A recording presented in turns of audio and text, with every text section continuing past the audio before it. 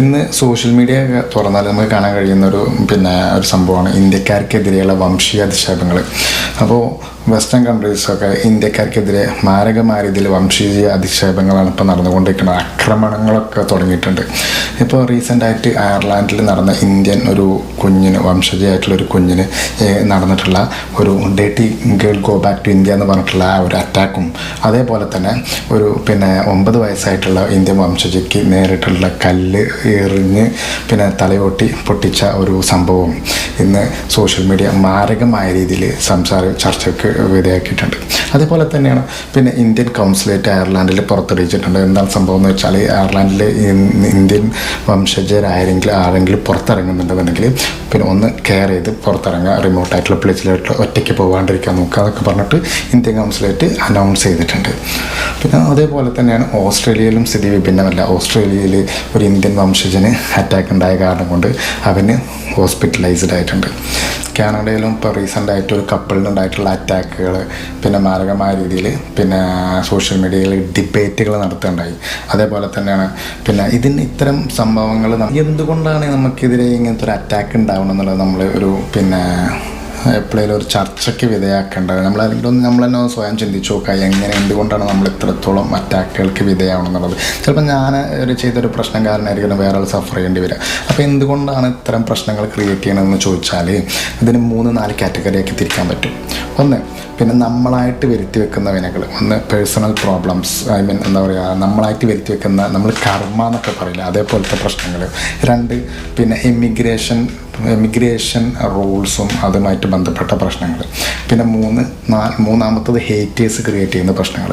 ഇങ്ങനെ 3 കാറ്റഗറൈസ് ചെയ്തിട്ടാണ് എനിക്ക് തോന്നിയ കാര്യം എന്ന് തോന്നിയിട്ടുള്ളത്. എന്താണെന്ന് വെച്ചാൽ, നമ്മളായിട്ട് വരുത്തി വെക്കുന്ന വിനകൾ എന്തൊക്കെയാണെന്നുള്ളത് ഞാൻ പറഞ്ഞുതരാം. ഇത്രയും കാലത്തൊരു എക്സ്പീരിയൻസ് വെച്ചിട്ട് തോന്നിയ സംഭവം എന്താണെന്ന് വെച്ചാൽ, നമ്മൾ കാനഡയിൽ ജീവിക്കുന്ന സമയത്ത് പൊതുവെ ഇന്ത്യക്കാർക്കൊരു സിവിക് സെൻസോ അല്ലെങ്കിൽ ഒരു സോഷ്യൽ കമ്മിറ്റ്മെൻറ്റോ നമ്മൾ കാണിക്കാറില്ല. നമ്മൾ ഒരു ക്രൗഡിൽ പോകുന്ന സമയത്ത് നമുക്ക് എങ്ങനെയാണ് ബിഹേവ് ചെയ്യേണ്ടത് എന്നുള്ളതൊരു ധാരണയോ അങ്ങനെയൊന്നുമില്ല നമുക്ക്. നമുക്ക് തോന്നിയ പോലെയാണ്, നമ്മൾ നാട്ടിൽ എന്താണോ ശീലിച്ചിട്ടുള്ളത് അതുപോലെയാണ് നമ്മൾ എന്തും ചെയ്യുന്നത്. നമ്മളെ കൾച്ചറാണെങ്കിലും അതേപോലെ നമ്മളുടെ ബിലീഫ്സ് ആണെങ്കിലും റിലീജിയസ് ഫെസ്റ്റിവൽസ് ആണെങ്കിലും അതേപോലെ നമ്മളുടെ ആചാരങ്ങൾ, അതേപോലെ നമ്മുടെ ഡ്രൈവിങ് ഹാബിറ്റുകൾ, ഇതൊക്കെ നമ്മൾ പക്ക നാട്ടിലെ പോലെ തന്നെ നമ്മൾ ഈ കൺട്രിയിലും യൂസ് ചെയ്യുന്നത്. ഇവിടുത്തെ എത്രമാത്രം നോയ്സൻസ് ക്രിയേറ്റ് ചെയ്യുന്നുണ്ടെന്ന് വെച്ചാൽ അത് വളരെ മാരകമായ രീതിയിലാണ് ഇവിടെയൊക്കെ ക്രിയേറ്റ് ചെയ്യുന്നത്. ഇപ്പോൾ സപ്പോസ് ഞാൻ പറയുകയാണെന്നുണ്ടെങ്കിൽ, ഇപ്പോൾ ടൊറൻറ്റോയിൽ ഒണ്ടാരിയോയിൽ ബ്രാംപ്ടൺ എന്ന് പറഞ്ഞ മേഖലയിൽ ഇന്ത്യൻസ് കാട്ടിക്കൂട്ടുന്ന കോപ്രായങ്ങളുടെ ഒക്കെ പബ്ലിക്കിൻ്റെ ഇടയിൽ ഉണ്ടാക്കുന്ന നോയ്സൻസ് ചില്ലറല്ല. കാരണം വൈറ്റ്സിൻ്റെ ഇടയിൽ തന്നെ ഇപ്പോൾ അതൊരു ട്രോളാണ്. ബ്രാംപ്ടന് പോയാൽ നമുക്ക് ഈ ലോകത്ത് കിട്ടാത്ത സംഭവങ്ങളൊക്കെ നടക്കുന്നുള്ളത് അങ്ങനത്തെ ഒരു കോമഡി അല്ലെങ്കിൽ ഒരു ട്രോളായിട്ടാണ് വരുന്നത്. പക്ഷെ അത് ട്രോളായിട്ട് എടുക്കുന്ന ആൾക്കാരെ ട്രോളായിട്ട് എടുക്കുകയുള്ളൂ, അല്ലാത്ത ആൾക്കാർ അതവർ സീരിയസ് ആയിട്ട് തന്നെ എടുക്കും. നമുക്ക് ഇന്ത്യക്കാർ ഉണ്ടാക്കി വെച്ചിട്ടുള്ള ഒരു ഇൻസിഡൻസുകൾ ഞാൻ എണ്ണി പറഞ്ഞുതരാം. കാരണം എന്താണെന്ന് വെച്ചാൽ, ഇപ്പോൾ ലണ്ടനിലെ ബ്രണ്ട് സിറ്റി കൗൺസിൽ കഴിഞ്ഞ വർഷം ഒരു 30 ലക്ഷം ഇന്ത്യൻ റുപ്പി ചിലവാക്കിയിട്ടുണ്ട്. എന്തിനാന്ന് വെച്ചാൽ, പാൻപരാക്ക് തുപ്പിയിട്ട് ക്ലീൻ ചെയ്യാൻ വേണ്ടിയിട്ട്. കേൾക്കുമ്പോൾ നമുക്ക് തോന്നുന്നത് UP-യിലോ ബീഹാറിലോ ഒക്കെയുള്ള ഒരു സംഭവമാണെന്നൊക്കെ തോന്നും. പക്ഷേ അതല്ല, ഇന്ത്യക്കാർ പോയി തുപ്പിയിട്ട് അത് ക്ലീൻ ചെയ്യാൻ വേണ്ടി ലണ്ടനിലെ ബ്രണ്ടൻ സിറ്റി കൗൺസിൽ ചിലവാക്കിയ തുകയാണ് ഈ പറയണത്. ലണ്ടനിലെ ഒട്ടുമിക്ക സിറ്റി മുനിസിപ്പൽ കോർപ്പറേഷൻ്റെ അവസ്ഥ ഇതൊക്കെ തന്നെയാണ്. അതുകൊണ്ട് തന്നെ അവർ പബ്ലിക് പ്ലേസിലൊക്കെ ഇന്ത്യൻ ലാംഗ്വേജസിൽ എന്താണ് കൊടുത്തുകയാണ്, ഇവിടെ തുപ്പരുതെന്നും. അതേപോലെ അവർ അവയർനെസ് ക്ലാസ്സസ് എടുത്ത് കൊടുക്കുക. ഒരു ഇന്ത്യക്കാരുടെ ഒരു ദുരന്തമാണ് ഞാൻ വെച്ച് നോക്കുന്നത്. ഇത്രത്തോളമുള്ള അവസ്ഥയാണ് ലണ്ടനിലത്തെ ഇപ്പോഴത്തെ അവസ്ഥ. അതേപോലെ റീസെൻ്റായിട്ട് നടന്നൊരു ഇൻസിഡൻ്റാണ് ലണ്ടനിൽ. നമ്മളുടെ അവിടെ മിക്ക പാർക്കുകളിലും പോണ്ടുകളും അതേപോലെ അതിൽ അരയന്നം അതേപോലെ കാനഡ ഗൂസൊക്കെ ഉണ്ടാവുമല്ലോ. ഗൂസ് നമ്മളെ കാനഡയിലുള്ള ആൾക്കാർക്കറിയാം ഗൂസിനെ പറ്റിയിട്ട്. ഒരു അരയന്നം കാറ്റഗറിയിൽ പെട്ട തന്നെയാണ്.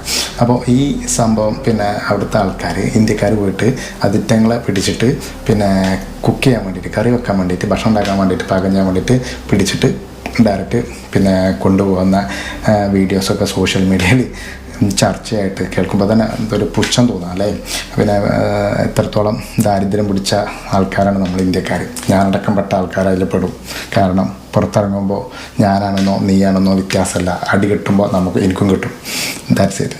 ഇത്തരത്തിൽ ഒരു അരയന്നത്തിന് കാനഡ ഗൂസിനെ പിടിച്ച് കുക്ക് ചെയ്യുന്ന ഒരു ഫാമിലി, ഇന്ത്യൻ എമിഗ്രൻറ്റിനെ പിന്നെ ഓൺ ദ സ്പോട്ടിൽ വെച്ചിട്ട് അതോറിറ്റീസ് പിടിക്കുന്ന വീഡിയോസ് സോഷ്യൽ മീഡിയയിൽ ഇന്ന് ട്രെൻഡാണ്.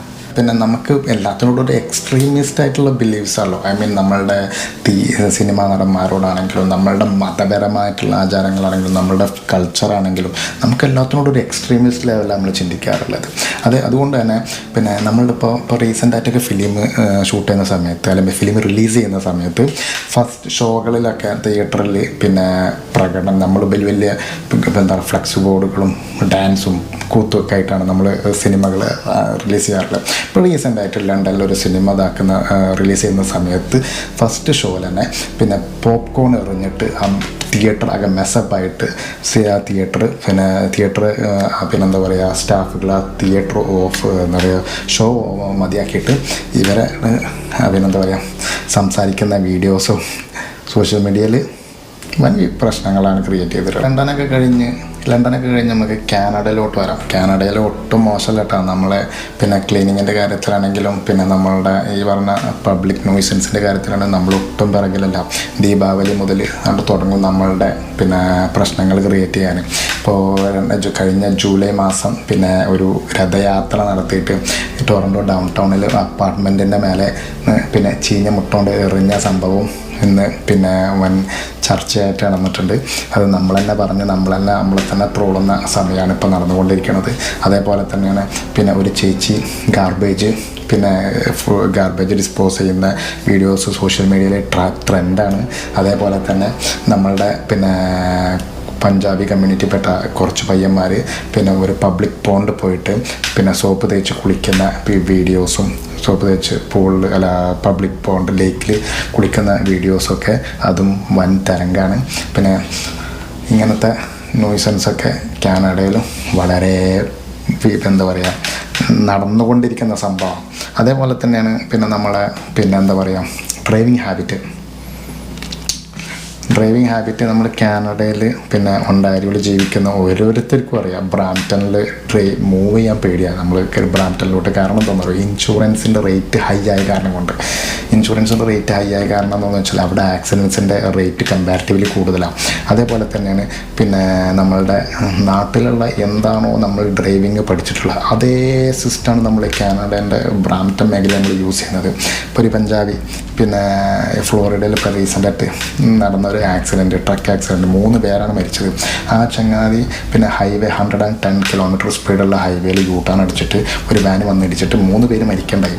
ഇതും നമ്മളെ ഇന്ത്യക്കാരൻ തന്നെയാണ്. ഇപ്പോൾ ഇന്ത്യക്കാർക്കെതിരെ ട്രക്കിങ്ങിൽ അവിടെ പ്രശ്നങ്ങൾ ക്രിയേറ്റ് ചെയ്ത് തുടങ്ങിയിട്ടുണ്ട്.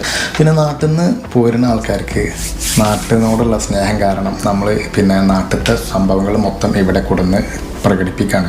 അത് റോഡ് ബ്ലോക്ക് ചെയ്തിട്ടാണെങ്കിലും പിന്നെ അത് നമുക്കൊരു വിഷയമേ അല്ല.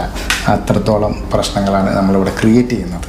അപ്പോൾ അത് പിന്നെ ഫ്രാൻസിൽ ഈയിടെയായിട്ട് കഴിഞ്ഞ മാസമാണ് തോന്നുന്നു പിന്നെ റോഡ് ബ്ലോക്ക് ചെയ്ത് നിസ്കരിക്കാൻ സമയമായപ്പോൾ റോഡ് ബ്ലോക്ക് ചെയ്തിട്ട് അവിടെ നിന്ന് നിസ്കരിക്കുക. ഇത്തരം സന്ദർഭങ്ങളിലൊക്കെ എങ്ങനെയാണ് ആൾക്കാർ റിയാക്ട് ചെയ്യുക എന്നുള്ളത് കണ്ടറിയേണ്ടി വരും, അല്ലെങ്കിൽ കൊണ്ടറിയും. ഇത്രയൊക്കെ തന്നെ. ഇപ്പം ഞാനീ പറഞ്ഞ സംഭവങ്ങളൊക്കെ വളരെ വളരെ വളരെ വളരെ വിരലിലെണ്ണാവുന്ന സംഭവങ്ങളാണ് പറഞ്ഞിട്ടുള്ളത്. ഇനി എത്രയോ സംഭവങ്ങൾ പറയാൻ കിടക്കുന്നത്. അതിനൊക്കെ പുറമേ ആയിട്ട് പിന്നെ നമുക്ക് രണ്ടാമത്തെ കാറ്റഗറി എങ്ങനെയാണ് പിന്നെ എമിഗ്രേഷന് പരമായിട്ട് സംഭവങ്ങൾ എങ്ങനെയാണ് നോക്കാം. ഇപ്പോൾ ഒരു മെജോറിറ്റി ഇവിടുത്തെ ആൾക്കാർ ബിലീവ് ചെയ്യുന്നത് ഈ എമിഗ്രേഷൻ കാരണമാണ് ഇവിടുത്തെ ക്രൈം റേറ്റ് കൂടുന്നതെന്ന് പറയണത്. കാരണം ക്രൈം റേറ്റ് അവരെടുത്ത് നോക്കുമ്പോൾ ഇവിടുത്തെ പിന്നെ സ്റ്റാറ്റിസ്റ്റിക്കൽ ഡാറ്റകളൊക്കെ നോക്കുന്ന സമയത്ത് മെജോറിറ്റി പിന്നെ ഒരു പേഴ്സൻറ്റേജ് വെച്ച് നോക്കുകയാണെന്നുണ്ടെങ്കിൽ അതിൽ ഏറ്റവും കൂടുതൽ പിന്നെ ഒരു എമിഗ്രൻസ് ആയിരിക്കും ഈ ക്രൈം റിപ്പോർട്ടിലൊക്കെ ഉള്ള ആൾക്കാർ. അതുകൊണ്ട് തന്നെ ഇന്ന് ലോകത്തിൻ്റെ ഇത്ര വെസ്റ്റേൺ കൺട്രീസിൽ ഏറെക്കുറെ എല്ലാ കൺട്രീസിലും ഇപ്പോൾ ആൻറ്റി എമിഗ്രേഷൻ ക്യാമ്പയിൻസുകൾ നടക്കുന്നുണ്ട്. വലിയ മാരകമായിട്ടുള്ള രീതിയിലുള്ള പ്രൊട്ടസ്റ്റുകളും വലിയ ക്രൗഡിനെ ഉൾക്കൊള്ളിച്ചുകൊണ്ടുള്ള പ്രൊട്ടസ്റ്റൊക്കെ UK ഇപ്പോൾ റീസെൻ്റായിട്ട് നടക്കുകയുണ്ടായി. അതേപോലെ തന്നെ ഓസ്ട്രേലിയയിൽ നല്ലൊരു മൂവ്മെൻറ്റ് നടക്കുന്നുണ്ട്. അതേ പിന്നെ എമിഗ്രേഷന് എഗെയിൻസ്റ്റ് ആയിട്ട്. കാരണം ഇപ്പോൾ അവർ റീസെൻ്റായിട്ട് പിന്നെ ഒരു ഫലസ്തീൻ അനുകൂല പ്രകടനം നടത്തുന്നുണ്ടായി. എന്തിനാന്ന് വെച്ചാൽ പിന്നെ എന്നിട്ട് ആ ഒരു പ്രകടനത്തിൽ അവർ ഓസ്ട്രേലിയൻ്റെ ഫ്ലാഗ് കത്തിച്ചിട്ട് അത് വൻ വിവാദമായിട്ടുണ്ട്. കാരണം അത് പിന്നെ അപ്പോൾ അതിനെ പിന്നെ ഓസ്ട്രേലിയനെ വീണ്ടെടുക്കണം എന്ന് പറഞ്ഞിട്ടാണ് അവർ പ്രൊട്ടസ്റ്റ് സ്റ്റാർട്ട് ചെയ്യാൻ പോകുന്നത്. ഇത്രത്തോളം പിന്നെ എമിഗ്രേഷന് എതിരായിട്ടാണ് ഇപ്പോൾ ഏറെക്കുറെ എല്ലാ വെസ്റ്റേൺ കൺട്രീസൊക്കെ നിൽക്കുന്നത്. എമിഗ്രേഷൻ എന്ന് പറയുമ്പോൾ മെജോറിറ്റി എഫക്റ്റ് ചെയ്യാൻ പോകുന്നത് ഇന്ത്യക്കാർക്കാണെന്നുള്ളത് ഒരു റിയാലിറ്റി ഉണ്ട്. കാരണം 80 to 90% ആൾക്കാരും ഇന്ത്യയിൽ നിന്നാണ് ഈ ഇത്തരം കൺട്രിയിലോട്ട് മൈഗ്രേറ്റ് ചെയ്യുന്നത്. എനിക്ക് തോന്നിയൊരു സംഭവം എന്ന് വെച്ചാൽ ഹേറ്റേഴ്സ് ക്രിയേറ്റ് ചെയ്യുന്ന പ്രോബ്ലംസ്. ഹേറ്റേഴ്സ് ക്രിയേറ്റ് ചെയ്യണമെങ്കിൽ ഇപ്പോൾ സ്വാഭാവികമായിട്ടുള്ള ഇന്ത്യക്കാരോടുള്ള ഒരു വിദ്വേഷം കാരണം, റേസിസം എന്നൊക്കെ പറയില്ലേ, അത് കാരണം കൊണ്ട് ക്രിയേറ്റ് ചെയ്യുന്ന പ്രോബ്ലംസ് വളരെ തുച്ഛമായ, വളരെ പിന്നെ കുറഞ്ഞ അളവിലുള്ള ഒരു ഹേറ്റേഴ്സ് ഉണ്ട്. അപ്പോൾ ഇത്തരം പ്രശ്നങ്ങൾ കാരണം നമുക്ക് പിന്നെ ഈ ഒരു പിന്നെ അറ്റാക്കുകൾ വരാം എന്നാണ് എൻ്റെ ഒരു അവലോകനം. പിന്നെ അതുകൊണ്ട് തന്നെ പിന്നെ നമ്മൾ ഇത്തരം സന്ദർഭങ്ങളിലൊക്കെ മാക്സിമം നല്ല രീതിയിൽ ഒരു പബ്ലിക് നോയ്സൻസോ അല്ലെങ്കിൽ സോഷ്യൽ കമ്മിറ്റ്മെൻറ്റോ ഒക്കെ നോക്കിയിട്ട്, പബ്ലിക് നോയ്സൻസ് ആവാണ്ട് നമ്മൾ സോഷ്യൽ കമ്മിറ്റ്മെൻറ്റൊക്കെ നോക്കിയിട്ട് നമ്മളെ നാടിനെ പറയിപ്പിക്കാണ്ട്. നമ്മളെപ്പോഴും പറയാറുണ്ട് Indian proud to be an Indian. നമ്മൾ proud to be an Indian എന്ന് പറഞ്ഞിട്ട് നമ്മൾ എന്താണ് പ്രൗഡ് കാണിക്കണം എന്നുള്ളത് എനിക്ക് മനസ്സിലാവുന്നില്ല. കാരണം നമ്മളൊന്നും കാണിക്കാറില്ല. നമുക്കൊരു